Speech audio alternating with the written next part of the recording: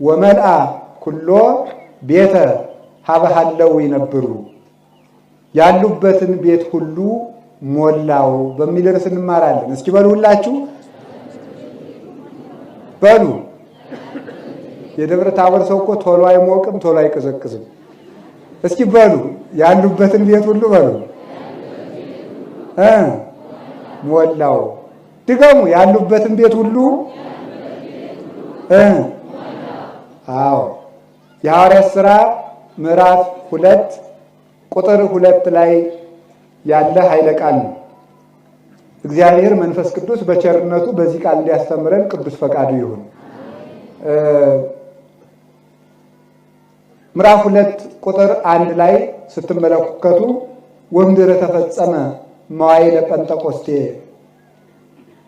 የጴንጠቆስጤ ዘመን ወይም 50ው ቀን በተፈጸመ ጊዜ እንዘሃለው ኩሎሙ ጉቡአን አሐተኔ ሁሉም አንድ ላይ ተሰብስበው በጉባኤ ሳሉ ወመጻ ድምፅ እምሰማይ ከመ ድምፅ አውሎ